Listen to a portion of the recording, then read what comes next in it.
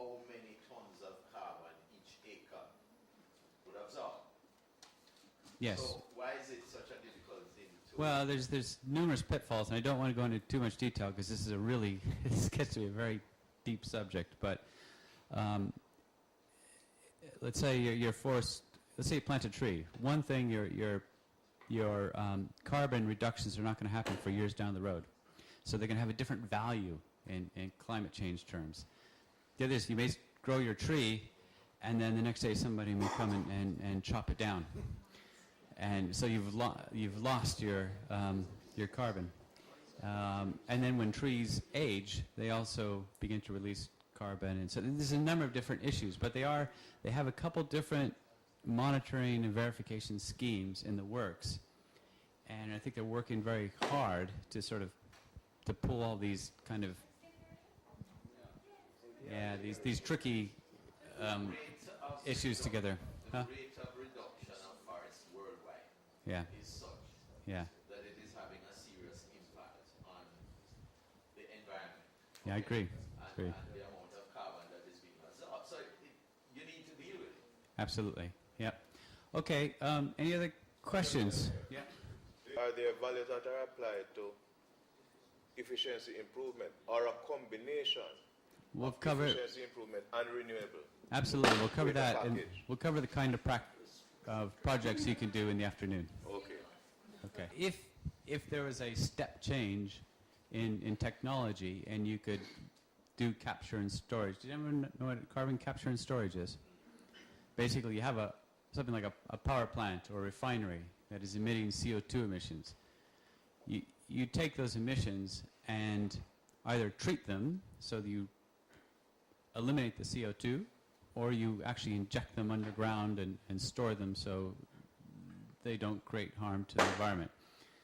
So, I mean, right now it's an evolving technology, very expensive, and we do a lot of work in that at Mount McDonald actually. But if there was a step change and it became less expensive, then I mean, you would think that it would be eligible under the CDM regime to the extent that the regime, still existed.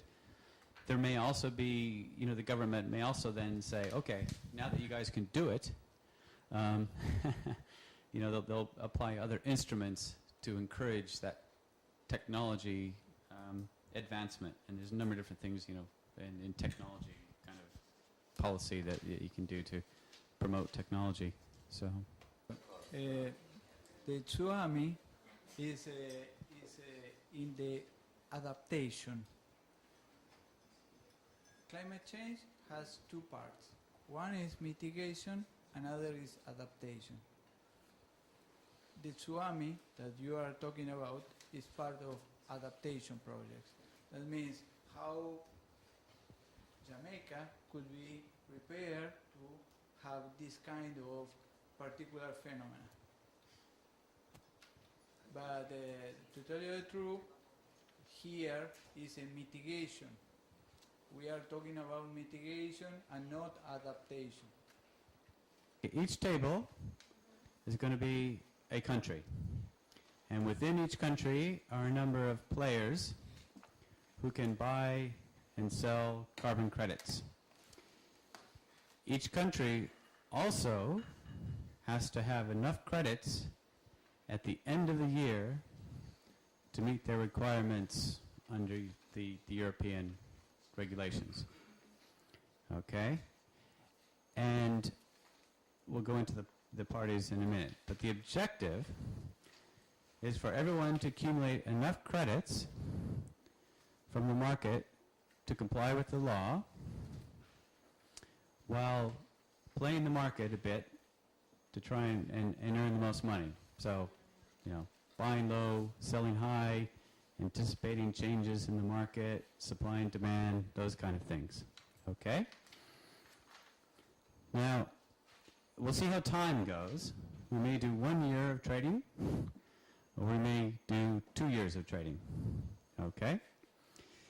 And each year will be broken up into 3 trading periods.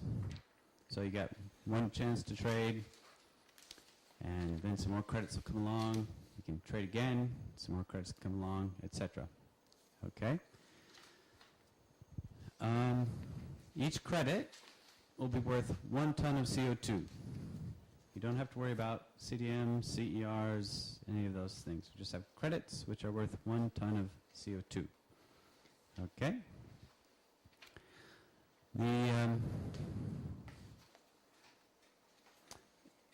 The game will basically progress like this.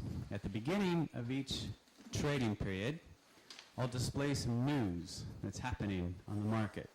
The economy, what manufacturing is doing, and you use that news to anticipate, how is that going to change emissions? Okay? If there's a high demand for petroleum, for example, emissions are going to go up, and at the end of the year, everybody's going to need more credits to neutralize those, to comply with the regulations. I mean, basically the idea is you need to have 1 credit for every ton of CO2 that you emit that you can't, we'll just leave it at that. Okay. So there'll be some news, and then each table will receive some credits, which start out at a certain price, and then trading will begin. And at the end of the round, there'll be some data that's come through that showed what actually happened and how it may have changed the amount of credits that you need to earn later in the year. And also some more news will come out for the next trading period. So while you can anticipate the changes that may happen, you don't have to keep track of exactly how many you need, because at every trading period there'll be a little sign that says you need to have X number by the end of the year. Okay? Now, the players in each table and in each country are intended to represent the players of the market, in the broader world. There'll be several carbon funds. Carbon funds are investors who go out and develop carbon reduction projects and say, here's a great money-making opportunity, and go sell those.